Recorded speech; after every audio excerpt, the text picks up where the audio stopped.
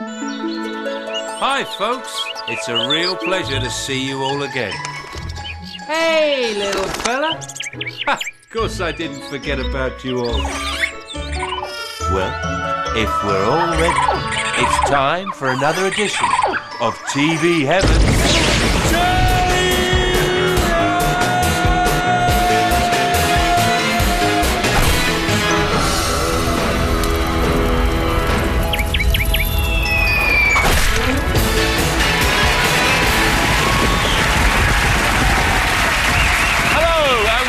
To TV Heaven, Telly. This is the show where the nation's sexiest, raunchiest entertainers reveal all they love and hate most on telly. Tonight, we've got the ideal guest for the show. He's funny, he's young, and he's been a bit ill recently, so he's watched a lot of telly. Please welcome Mack!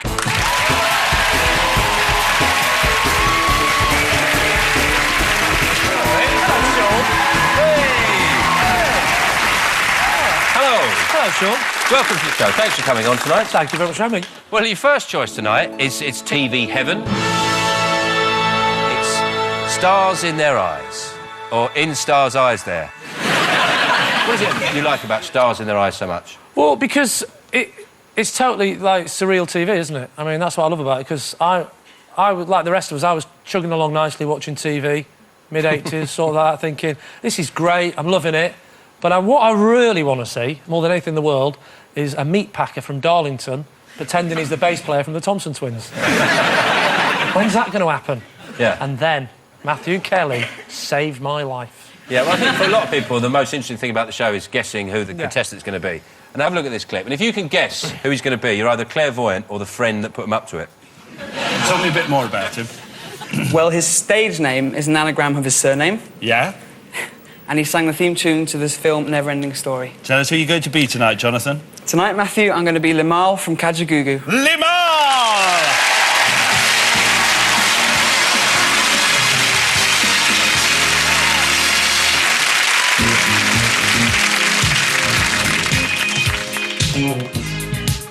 Hey, girl! A little closer. 'Cause you're too shy, shy. Hush, hush, I do I. Too shy, shy. Hush, hush, I do I. It doesn't get any funnier after that. He peaked and after about the first second, but... It's surreal, like you said. I love the fact... And that clip's great, because I love the fact that he does say, you know, to try and give clues, he says that this singer is actually an anagram of his surname. That's only a clue if you give us his surname. Otherwise, it's not a clue, is it? No. You're not going to go, let me work this out. So I have to guess the surname of someone I don't know who they are. And then work out if it's possible to make an anagram of them, and is that person famous? Yeah. What people don't realise, that was a 4-hour record, just up into that bit, some sort of short, the ball! And action. Yeah, well, you wouldn't tell him, he just sat there going, no, until you guess it. There's no prancing about from me. OK, well, let's move on to the real reason you chose the show, isn't it, I'd like to point out that even though I love Stars in Their Eyes, right, that in itself wouldn't be enough for me. I wouldn't have chosen it if it wasn't for this next thing. Yeah. Because to me, this has gone into my head. I dream about this as the most surreal piece of television that has ever been on TV. But I have never seen that dress you wear, or the highlights in your hair that catch your eye. I have been blind, the lady in red is dancing with me, cheek to cheek. There's nobody here, there's nobody here. It's just you and me. It's where I wanna be. And I can't be wrong. This beauty by my side. I'll never forget the way you look tonight.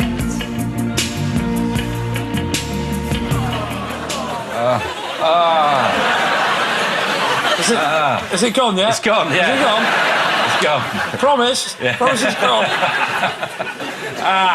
The thing is, right, there's one thing I know that you shouldn't really do in life, and that is to look into the eyes of another man dressed as you and then have the audacity to say, I've never seen you looking so lovely as you do tonight.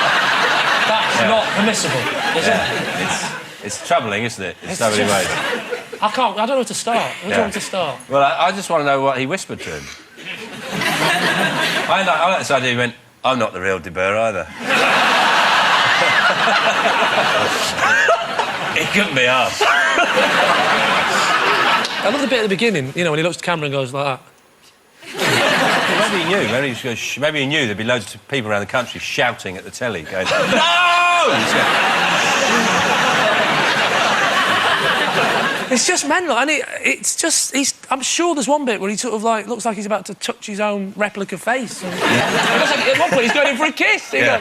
Well, I think Chris would kiss happily himself. do that, but not in a homosexual way. No, at all. that's different, though. It's like masturbating, isn't it? Yeah. Because it's just him, isn't it? Yeah. Just him, you It's and him me. It's playing. where I want to be. Yeah. You know? Just me. Right? These are the bits you don't hear on Lady in Red, aren't they? Yeah. And look at those faces, I mean... One of them's got, like, too many features and one hasn't got enough.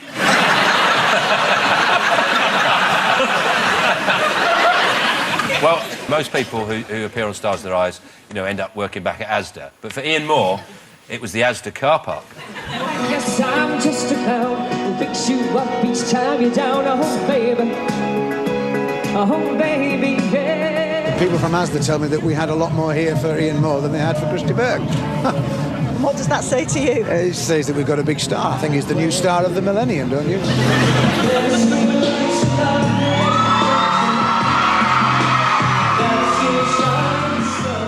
really put Hull on the map now. Yeah, he's brilliant. Credit to Hull. Put Hull on the map. All we've got to do now is give that map to the US Air Force and... everything will be sorted. Well, Chris de Boer turned up that night because Asda were doing a buy one, get one free special. But I think he wants him to stop. That's the reason he's coming. He wants you to stop because you're doing my gigs for a third of the money that I get. I don't Is like that what it. he whispered, do you think, at that moment? Yeah. Lady in Red, this has got to stop. He's dancing with me. Yeah. I mean it, I'm not fucking about. Cheek to cheek. I'm going to break your legs. OK, we're staying in heaven for your next choice, and it's something you love. It's a double act between one man and his arm. Why is it so aggressive? It's not aggressive. Not much. Not all the time. Lunatic. It's not.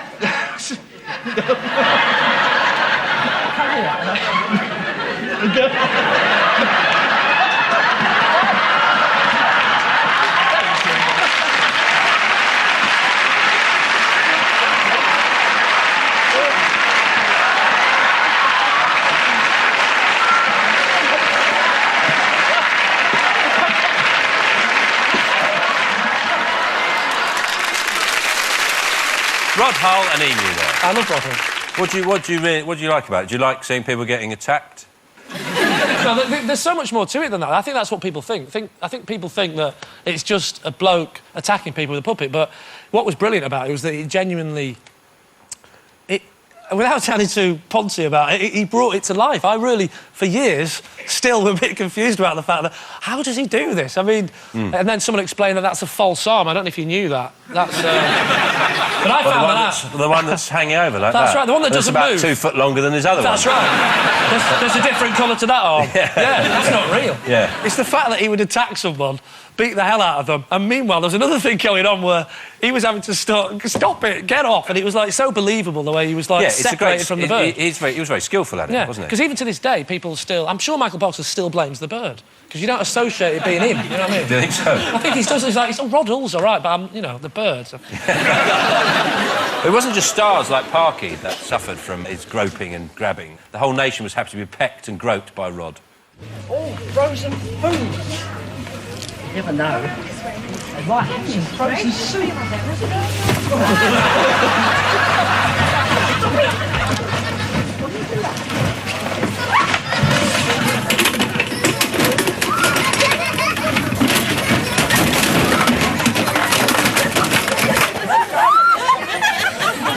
She's supposed to take them out.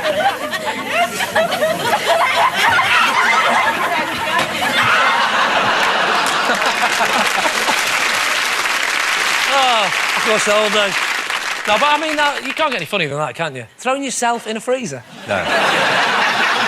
That's brilliant. He did that really well as well. He does it unbelievably well. Yeah. That's not a soft landing. You're landing on, like, frozen burgers, just frozen stuff. Yeah. You'd have to list it. It's all hard. Yeah. Well, he's pecking that woman at the till, and he's pecking those women. He actually gets her by the throat. And she's going... Yeah, exactly, yeah. I think there is an element. You have to go along with it. But I mean, I've got one here. Got one of these things here. And I think this is the point of entry. I could sort of, in a strange way, see where this is leading. Sort of. No, I'm not going to... Don't want to go near you. Oh, right. No, I can't. His mouth's all screwed up. Yeah, it's not quite as frightening with the cleft palate. Can you sort that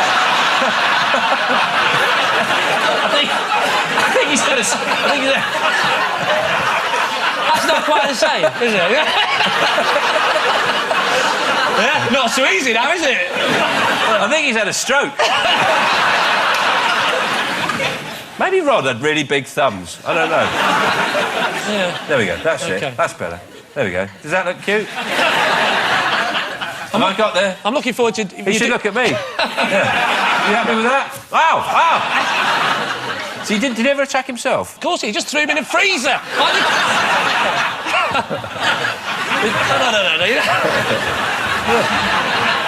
That's why I like your shoes. Do you know what? I've been thinking about your argument. Sod off! You can't attack me! Sorry, See, it's a lot more difficult than it looks, isn't it? Yeah. But you can't retaliate. You Well, I can't can, attack... because have you met my mate, Stephen the Shoe? You met him? Stephen the Shoe? Yeah, come on. I actually looked down because I'm northern to check I haven't got a hole in my sock. Stroke him. No. Stroke him. Nice, it's nice. Stroke him. It's That's very what you should do. Just stroke him. Yeah. Do you know what? I've changed my mind. I think Rod Hull and Emu were rubbish. OK, that's it for part one, and we'll be back with more of Lee Mack's TV Heaven, Telly Hell after the break.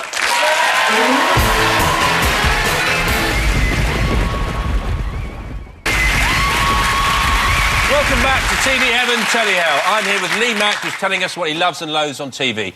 OK, your next choice is our first visit into Telly Hell with the consumer show, Are We Being Served? And this guy that presents it in particular, Arkin Saleh. Why do you hate this show? This is the most evil television programme that has ever been made.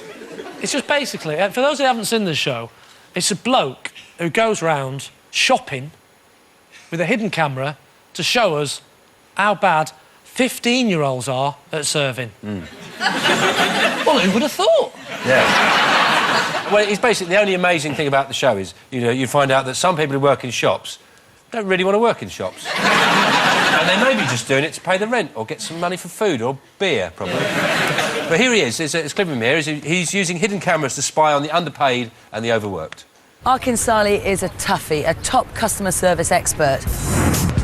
He's a staff training consultant at a top store and accepts nothing but the best. Hello. I was wondering if you had this in size 15-inch colour, please. Yeah, I looked there. That's where I got that one from. Do you not have any in stock? I purposefully didn't say anything because I just wanted to see, is she going to come up with any alternatives? Is she going to show me a similar shirt, or is she going to offer to ring another branch, or is she going to offer to tell me about when the orders come in? But nothing. We just, so we just stood there in silence for a couple of seconds because I wasn't going to say anything, and I don't think she knew what to say. She doesn't really seem to have a clue what she's doing. Finally, she turns around and says, "Yep, they've got one." So she went, "Okay, so second floor, reservations desk, Marble Arch." Marble Arch. Okay. Oh, Marble Arch? Yeah. And it's like, I didn't ask for Marble Arch. I asked for Oxford Circus. It's a completely different store. It is a completely different store, but it is in the same street. What an insufferable tosspot. You see, I like the fact that it's subtitled as well for those people that can't speak, condescending twat. Yeah. I love the bit when she introduces them at the beginning, when she says, Arkin, he's a toughie.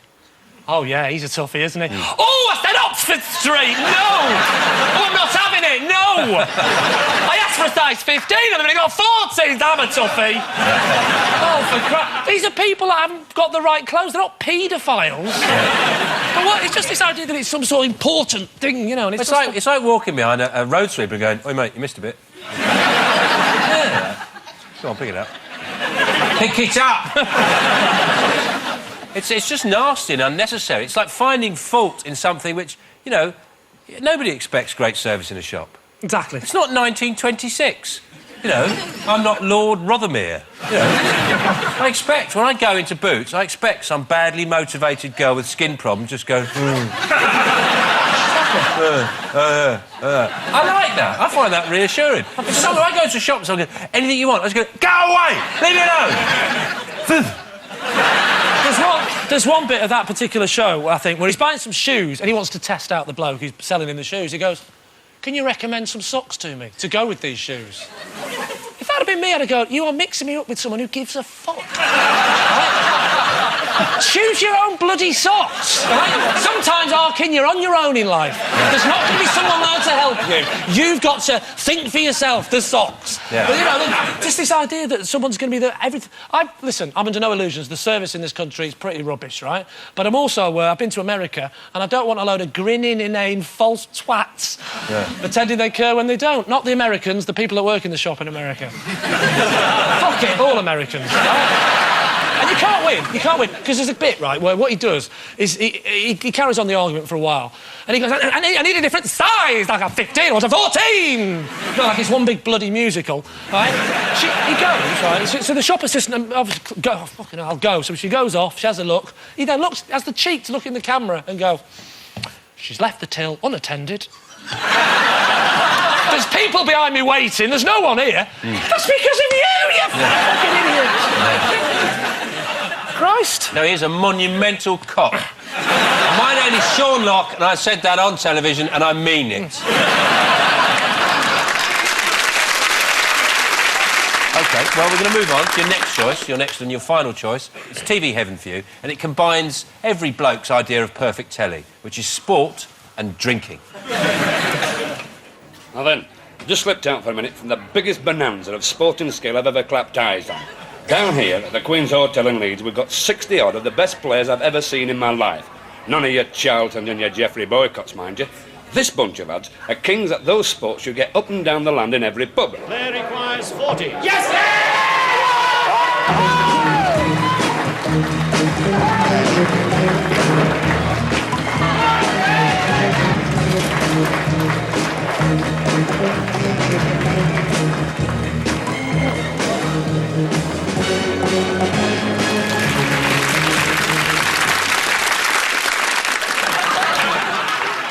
That was Indoor League from 1973. It's quite a cult show, you know, now, which in my experience usually means it's rubbish. But tell us what you like about the show. I just love it.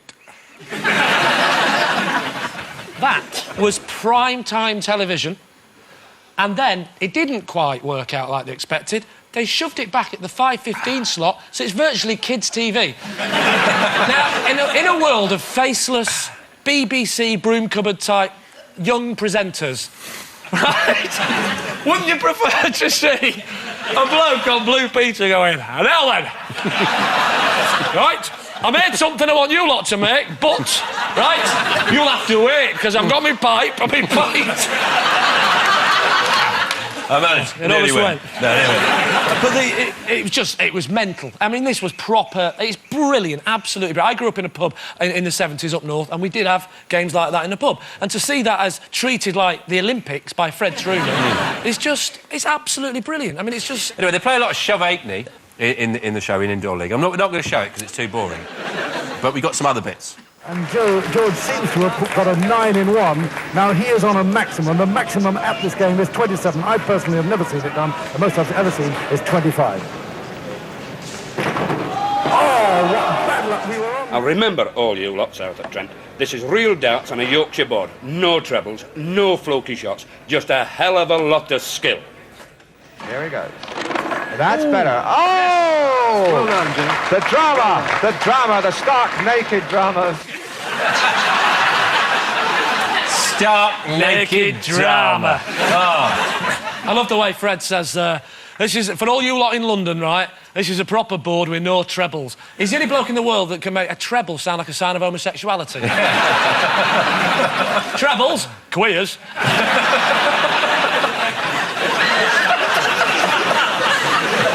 There's something really poncy about throwing a treble. Aye. Oh, you mean for ladies? Yeah. It's a rare chance to get to see a really good cheese skittler in action, though. What? Yes, because, you know, those guys, he was at the top of his game then. His hair was like a waterfall, wasn't it? Just of grease, just a waterfall of greasy hair. He looks like he's murdered. I'd like to see a spin-off, Cheese Skittler's Wives. Just a load of women in housecoats grumbling about the price of braising steak. Going, oh, bloody hell, it's gone up again.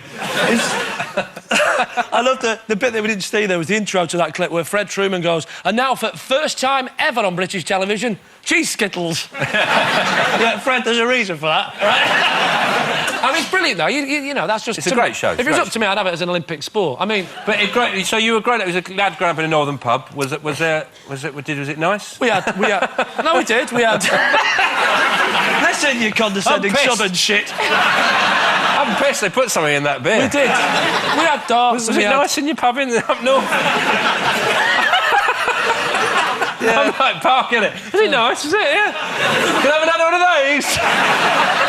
Now, what was it like going up a northern pub? Did you get like people going, little fella, and they give you a clout? Well, the thing is, it's difficult, isn't it? Because I'm now supposed to sit here defend, because you're slightly doing it as a joke, you take the piss, but I'm now going to defend it. But if someone's just turned over and doesn't know the setup to this, I'm going to be going, the problem with you, Sean, is you're stereotyping the north. You are stereotyping the north, and I won't have it. I won't have such nonsense. Happened. Well, Lee, thanks for that glimpse into your TV heaven, telly hell. And before you go, is there any performance you'd like to repeat? Do you know what? There is, actually. Marvellous. Ladies and gentlemen, Lee Mack!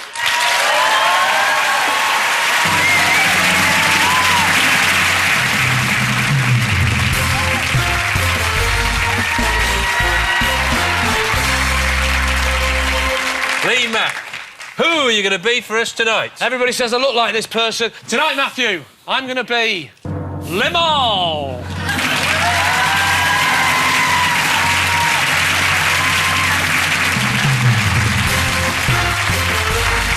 Ladies and gentlemen, Limo!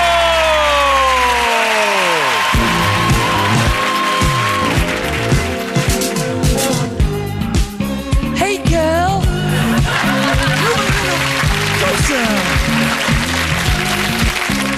You're too shy, hush, hush, I don't. Too shy, hush, hush, I don't. Too shy, hush, hush, I don't.